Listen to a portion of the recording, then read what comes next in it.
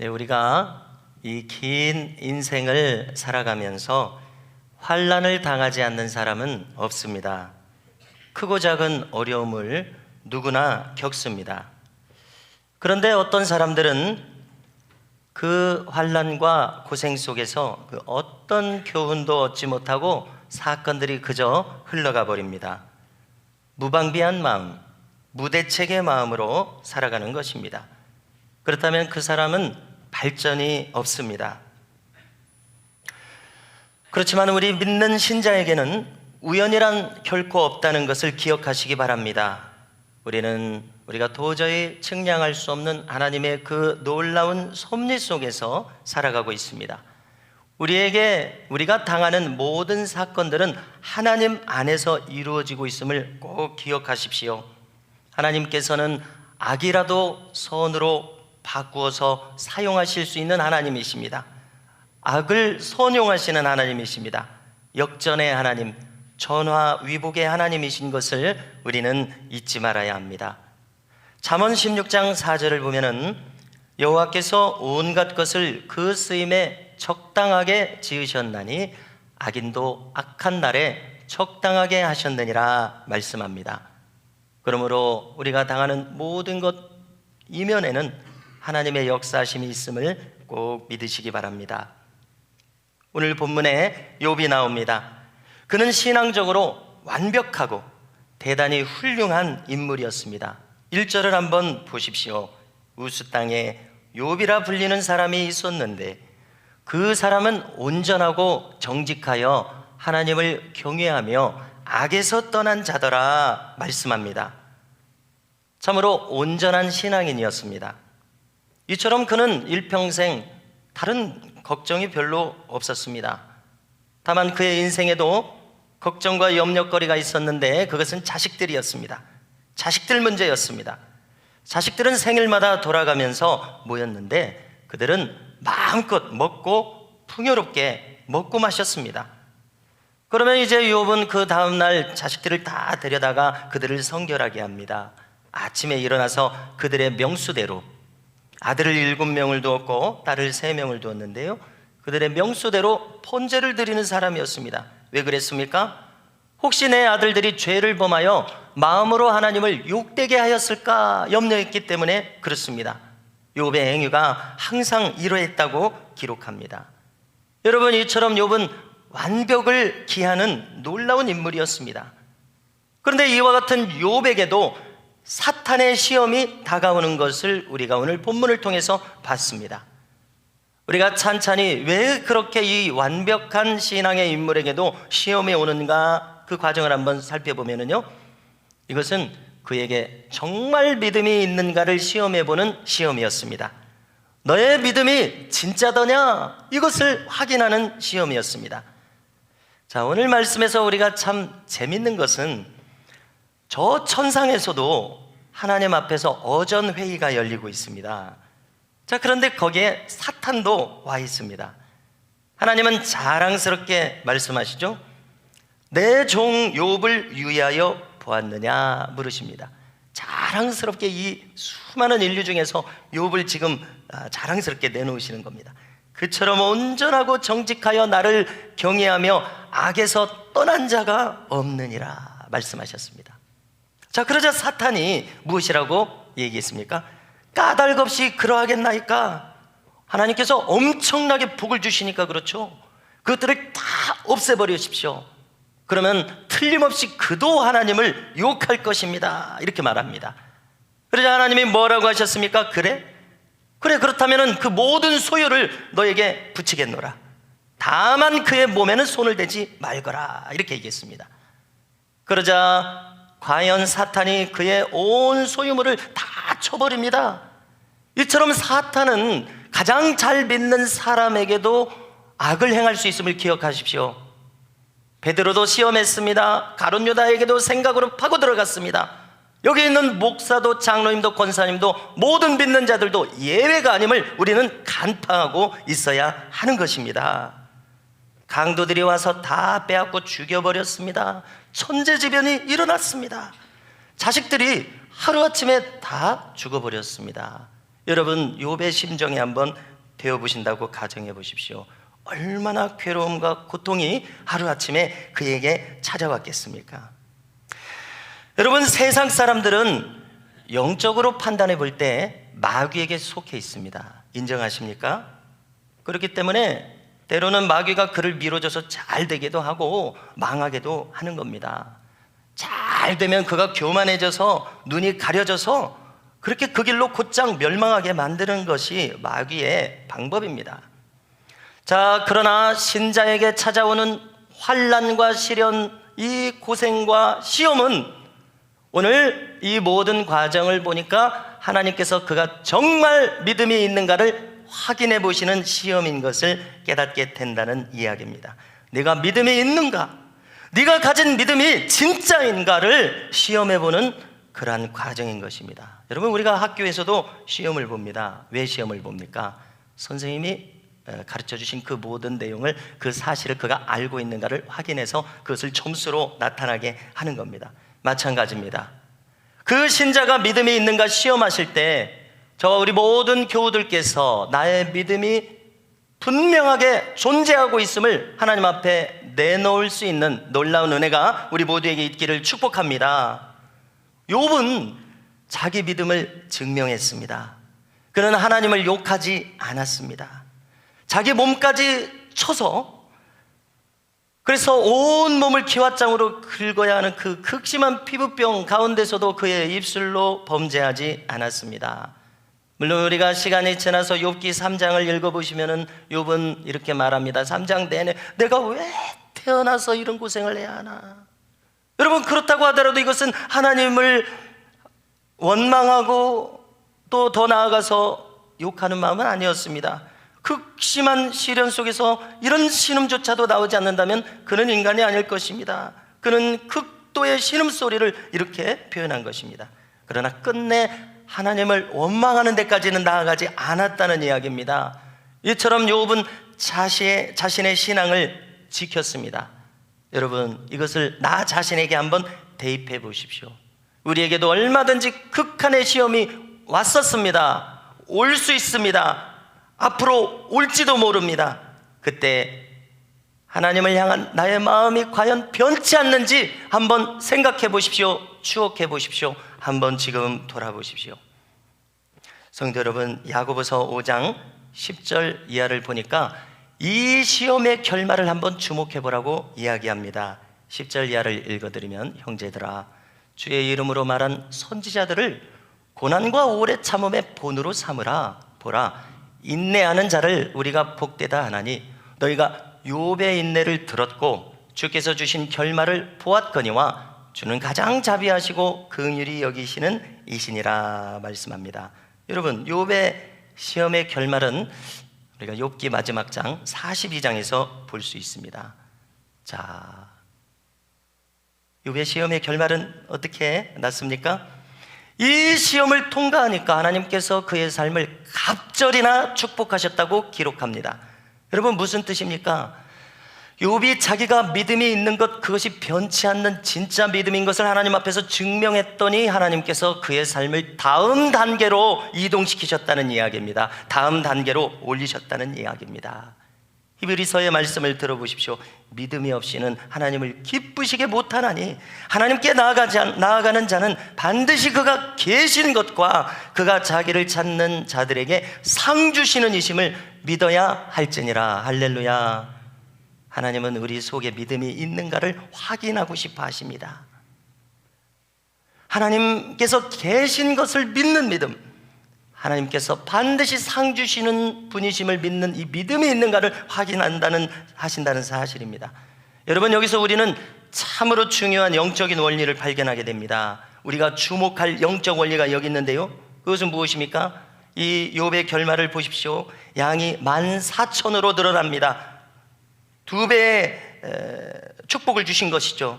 낙타 6,000, 소 2,000마리, 암나귀 1,000을 가졌습니다. 다시금 아들 10과 딸 3을 두게 됩니다.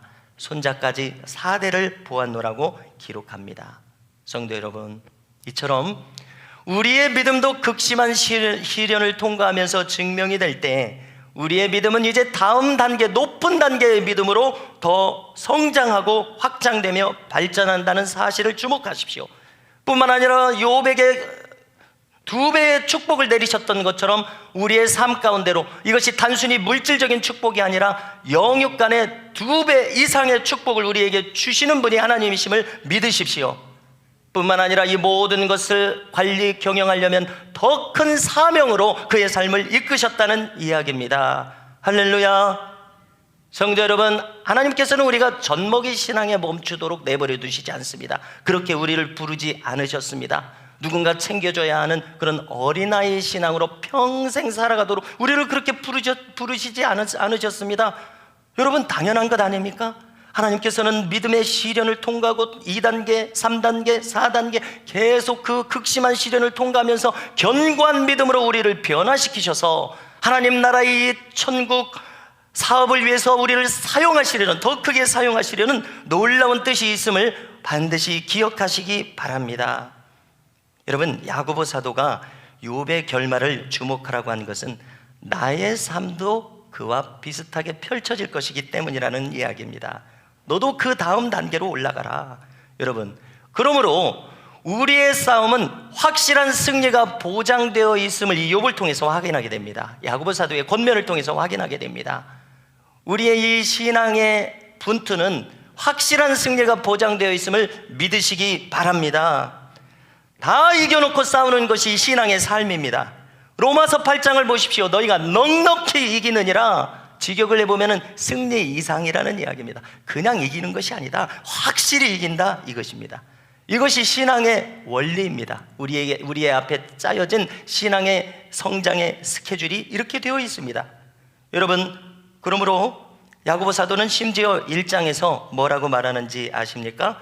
뭐라고 말하냐면 너희가 시험을 만나거든 기쁘게 여겨라, 이렇게까지 이야기합니다. 읽어드리겠습니다. 내 형제들아, 너희가 여러 가지 시험을 당하거든 온전히 기쁘게 여기라. 이는 너희 믿음의 시련이 인내를 만들어내는 줄 너희가 알미라. 인내를 온전히 이루라. 이는 너희로 온전하고 구비하여 조금도 부족함이 없게 하려 함이라. 할렐루야.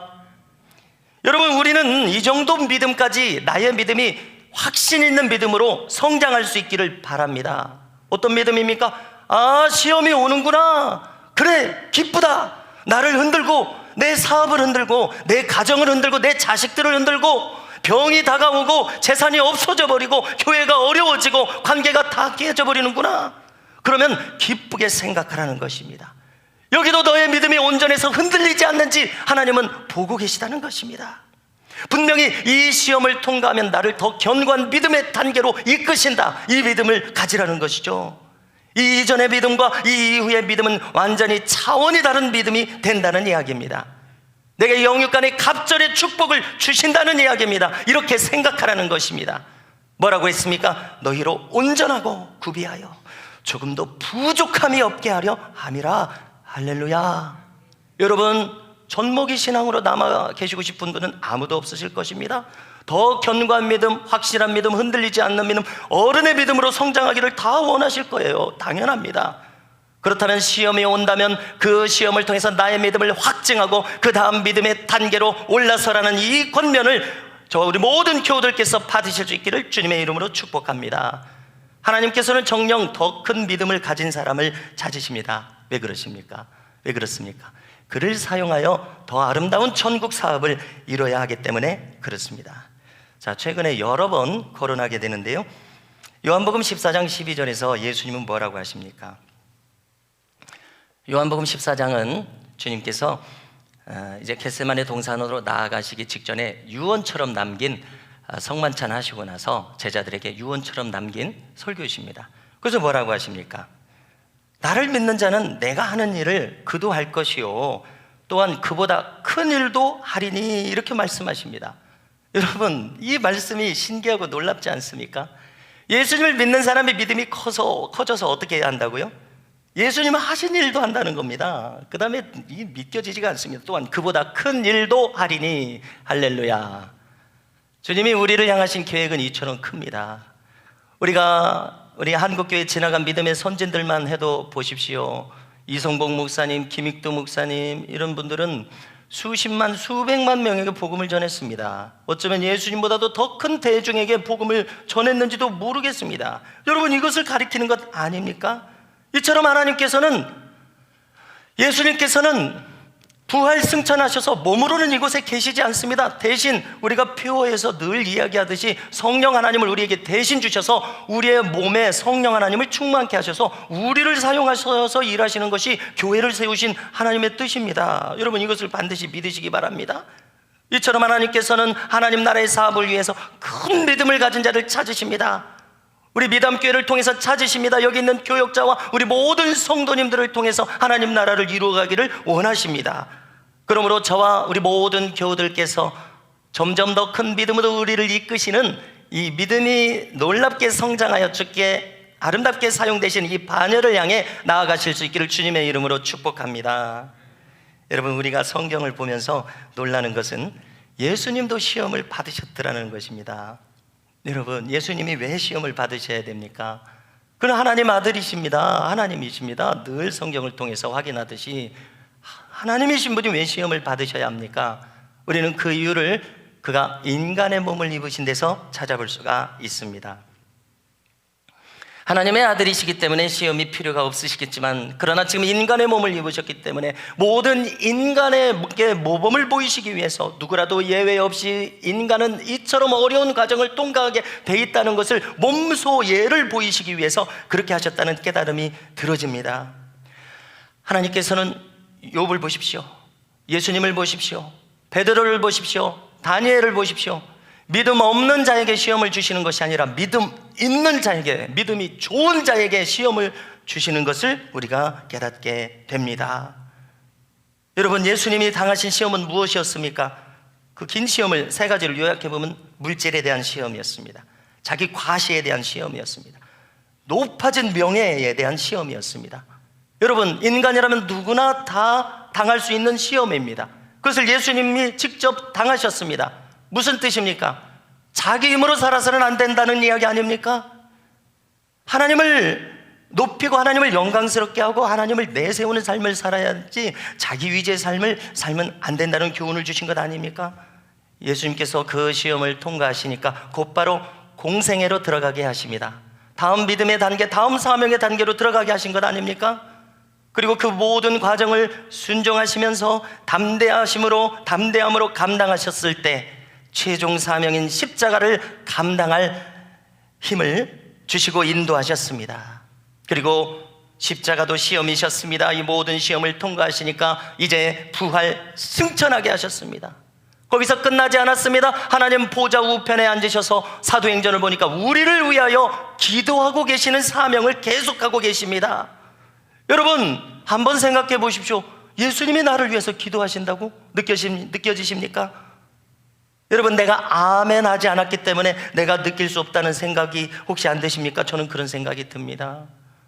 예수님은 내가 더 성장하고 더 가까이 오기를 원하시는데 내가 아멘 하지 않으므로 내가 예수님의 기도의 효력이 미칠 수 있는 그 모습 가운데 들어가지 않으므로 내가 느끼지 못하는 것 아니냐는 것입니다. 여러분, 이처럼 믿음의 다음 단계로 나아가게 하는 것이 신앙의 과정임을 깨닫게 됩니다. 다니엘을 한번 살펴보려고 합니다. 그는 어려서부터 신앙으로 일관한 사람이었습니다. 그렇게 신앙이 좋은 청년이 없었습니다. 그런데 다니엘의 생애를 보니까 계속해서 그도 시험을 당합니다. 그가 생각이 민첩하고 지혜롭게 행하니까 왕은 그를 좋아하고 그를 심지어 의지하기까지 합니다. 그를 지극히 높입니다. 그러니까 동료 신하들이 시기하고 질투합니다. 이것이 인간 세상입니다. 어떻게 하든지 그를 지금 끌어내려야 되겠습니다. 그래서 그들이 법을 만듭니다. 왕의 금신상에게 절하지 않는 자들은 풀무불에 쳐넣어버리는 법을 만드십시오. 이렇게 해서 법을 만들어버립니다. 그런데 사드락, 메삭, 아벳느고, 다니엘이 거기에 굴복할 사람들입니까? 우상에게 절하지 않는 철저한 신앙의 소유자들이죠. 그래서 어떻게 했습니까? 그들을 풀무불에 집어넣어버립니다. 여러분, 느부갓네살은 다니엘을 사랑했습니다. 행여 그가 다칠까봐, 이렇게 해서 죽게 될까봐 염려했습니다. 지금 법을 정했기 때문에 풀무불에 집어넣는 것이죠. 다니엘이 죽을까봐 노심초사하며 다니엘을 보니까 풀무불 속에서 한터럭도 상하지 않는 것입니다. 그들을 나오게 해라. 그들의 진실성이 증명되지 않았느냐? 천사가 그들을 지켰다고 하면서 그들을 다시 높입니다. 만방의 이제 행정관으로 삼습니다. 여러분, 또 시대가 바뀌어서 다리오 왕이라는 왕 때도 다니엘은 총리를 보았었죠. 총리가 3명이었는데 다른 총리들과 또 고관 대작들이 그를 시기하고 질투합니다. 왜냐하면 왕이 그를 높이고 의지하고 자꾸 그를 찾으니까, 하나님 함께 하시니까, 그의 열매가 그를 형통케 하시니까 이런 일이 일어납니다. 그래서 또 이제 신하들이 다른 신에게 기도하면 사자굴에 쳐넣는 법을 만듭니다.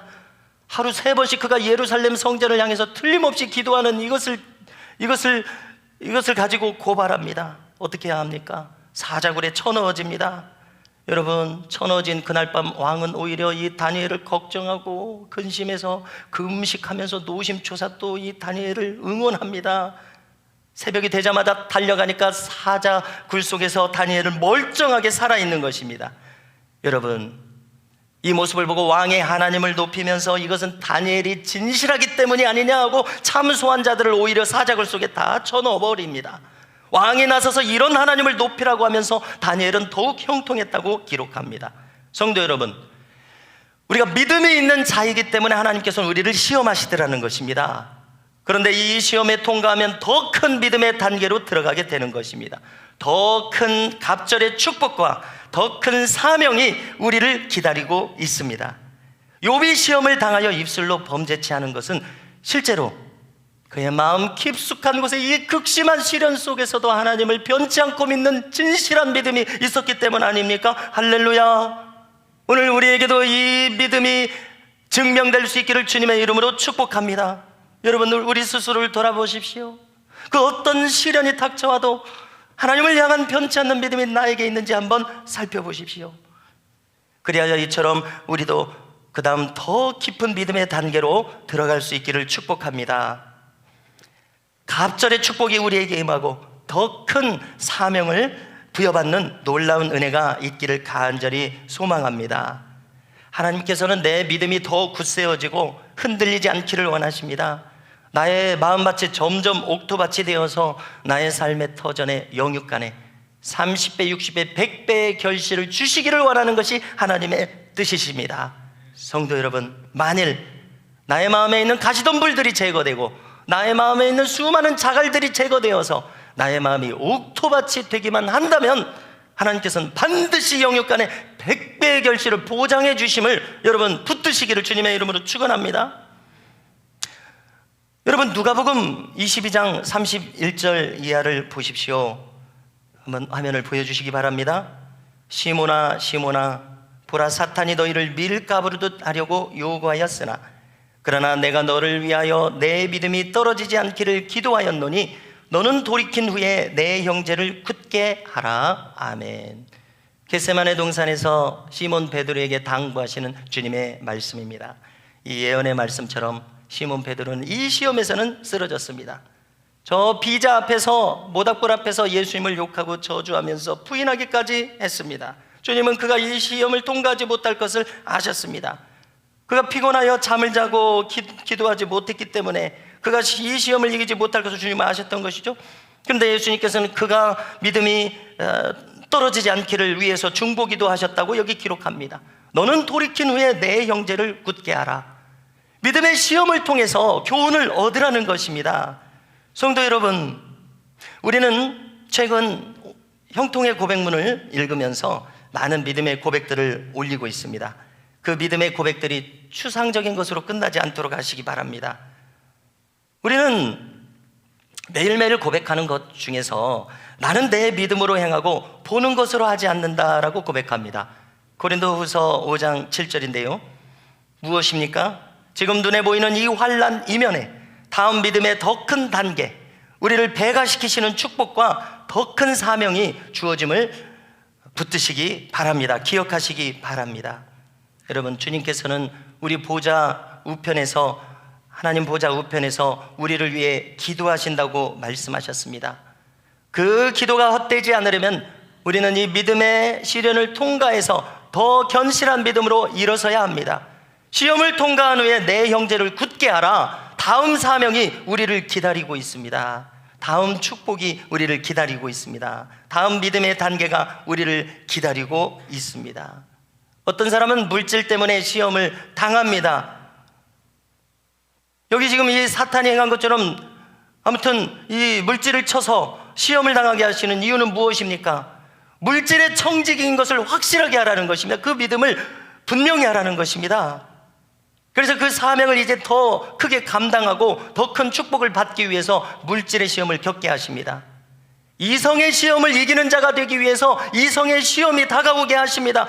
그리고 그것을 실패하였을 때 거기서 일어나서 새로 더 견실한 믿음으로 서게 하기 위해서 그 모든 시험들이 우리에게 다가옵니다. 혈기를 이겨야 하기 때문에 혈기를 부릴 시험을 겪게 하십니다. 교만에서는 쓰임받을 수 없기 때문에 교만을 고치게 하시기 위해서 교만의 시험과 여러 가지 상황을 겪게 하십니다. 나의 성품을 고치게 하기 위해서 성품을 잘못 가져감으로 온갖 고생과 환난을 겪게 하십니다. 성도 여러분, 그러므로 우리는 깨달아야 합니다. 시험을 간파해야 합니다. 마귀가 틈타는 것을 간파해야 합니다. 너희 대적 마귀가 우는 사자처럼 두루다니며 삼킬 자를 찾는다고 말씀한 것을 기억하십시오. 시험이 다가올 때 우리는 어떻게 합니까? 내가 이 시험을 이겨야 하겠다는 결단을 가져야 합니다. 이 시험을 통과한다면 나를 새롭게 하시고 내 가정을 새롭게 하시고 나의 자식들을 새롭게 하시고 나의 교회를 새롭게 하시고 내 사업을 새롭게 하시고 나를 다음의 믿음의 단계로 이끄실 것이라는 확신 가운데서 행하시는 저와 우리 모든 교우들이 되시기를 주님의 이름으로 축원합니다.